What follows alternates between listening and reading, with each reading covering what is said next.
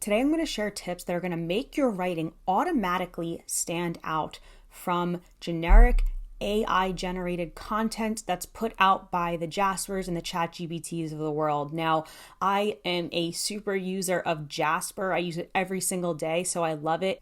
So as a full-time freelance writer, I am an AI advocate, but I still want to highlight for you how your writing can be much different and much more high quality than AI can possibly generate. The truth is, the writers that are really going to be impacted by AI are the ones that are writing very generic content. If you have a specific niche and you are a good writer, you're just way less likely to be replaced by AI. And that's why I want to share how you can write better than ChatGPT or a bot. But first, who the hell am I to talk about this? Well, I'm Christine. I'm a full-time freelance copywriter in the B2B technology niche. I have invoiced well over $100,000 worth of blog post writing. The dominant portion of my income comes from content versus direct response copywriting. I have written thought leadership blogs, SEO posts, interview style articles, ultimate guides, product review roundup posts. And the tips I'm going to share with you are based on the feedback of clients,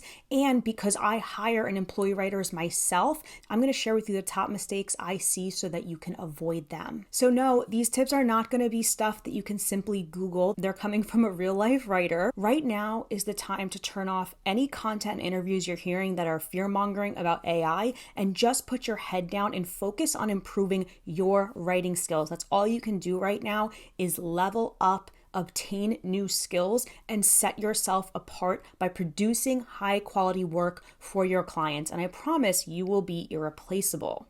Now, this video is a precursor to a live workshop that my mentor, Sarah Griesenbach, is holding. She runs the B2B Writing Institute. I have leveled up my writing so much just based off of her free newsletter, and the principles I'm going to be talking about today come directly from her.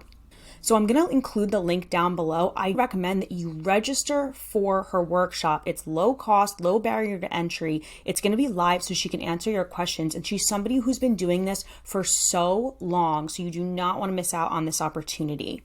Again, that link is going to be below, but let's get right into these tips. So as mentioned before, I edit a ton of blogs and the same mistakes always seem to rise to the top. So what you want to look out for is having an enticing introduction. Writers struggle the most with having a compelling introduction. And honestly, don't think of it as a blog introduction. Think of it as a hook.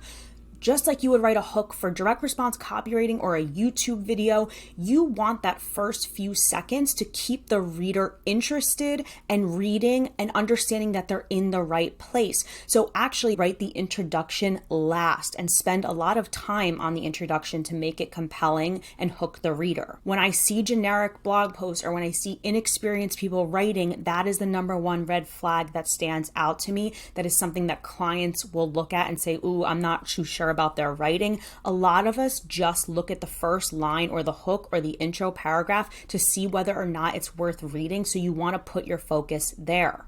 Number 2 is whether or not the language is conversational or not. Now, every brand is going to have their own tone, whether it be witty, straightforward, authoritative, professional, casual, conversational, empathetic, right? There's so many different tones, but the overarching theme and what will always be relevant with blog writing and content writing in general, any type of copywriting, is going to be that it has to be conversational, it has to flow well, and you have to be able to quickly read it. So I'm going to break down what makes writing come across as not conversational and makes it not flow well, but keep that in mind. It has to be conversational. Now, the third way to really make your writing stand out, and this is what writers miss, and it doesn't let their content really become authoritative and stand out, it's including stats, research, and stories. If you can state relevant stats, if you can quote well-known research reports within that industry, and if you can have examples and stories or maybe allegories, stuff that makes it seem like it's written by a true professional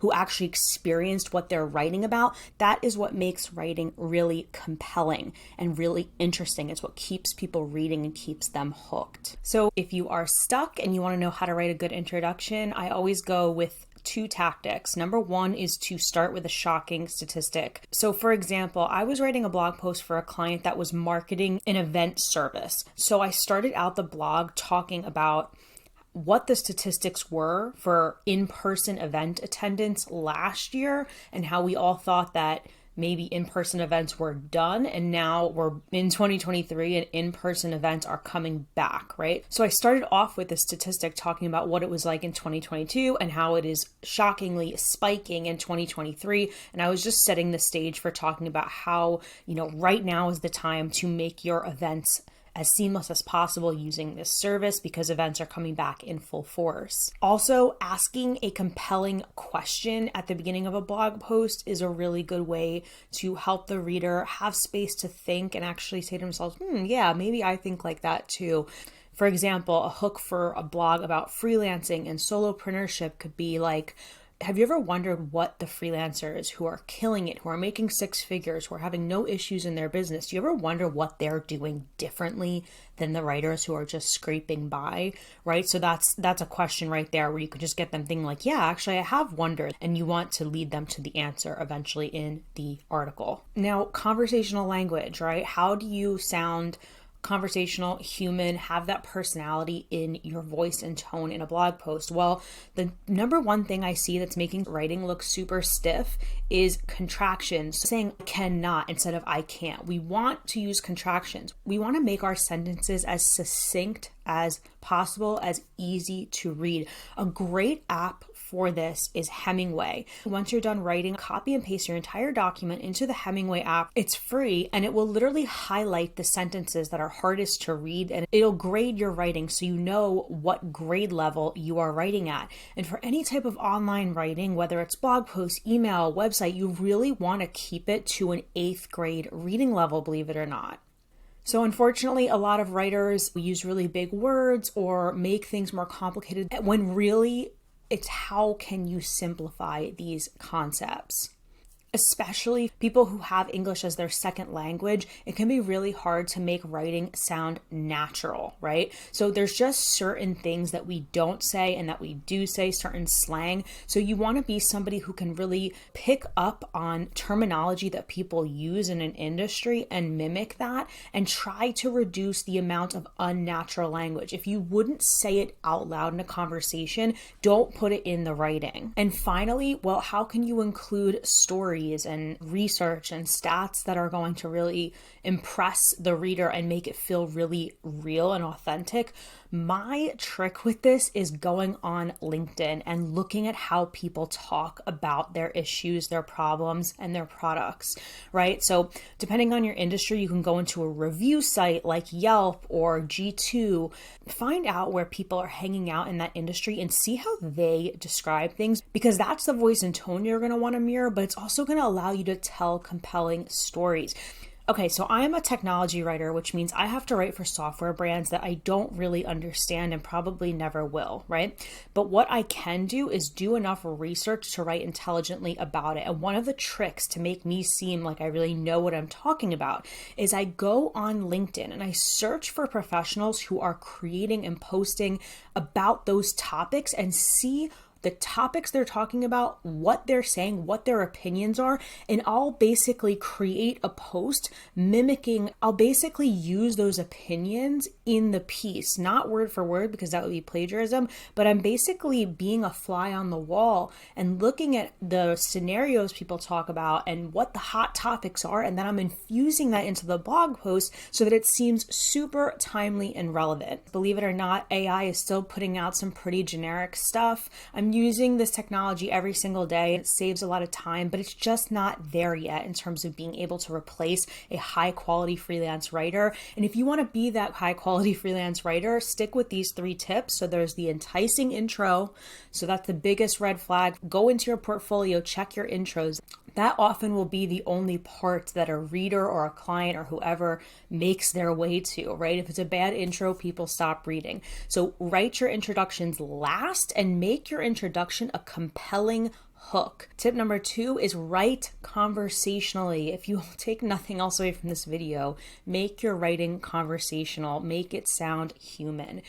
ChatGPT, the one thing I will say with AI and the issue I have when using that is that it over explains everything. It has no ability to be succinct, right? So you have the ability to really cut through the noise, make these sentences and ideas succinct and easy to understand and not over explain, because we're in a world with a very short attention span and people are scanning and skimming, and being really flowery in your language just isn't going to work. You want to say stuff out loud, listen to it and say, would I say this? Would the reader say this? And then finally, find out where the audience or the readers are hanging out and emulate their language. Find the stories they're telling, the problems they're talking about, and infuse it into your writing to make it really relevant and authentic and actually sound like it's written by an expert. If you want more writing tips, register for this writing workshop below. I will be attending it with my pen and paper, learning alongside you. So I definitely recommend that you take advantage of the low cost and level up your writing, especially if you're having downtime right now and maybe you haven't heard back from clients and maybe you're starting to lose steam and not feel confident. This is the time to work on your skill set. Put your head down and level up your skills and gain that confidence to know that it is going to be okay. You are not going to be replaced, and copywriting is still worth pursuing. Okay, I hope this helps. See ya.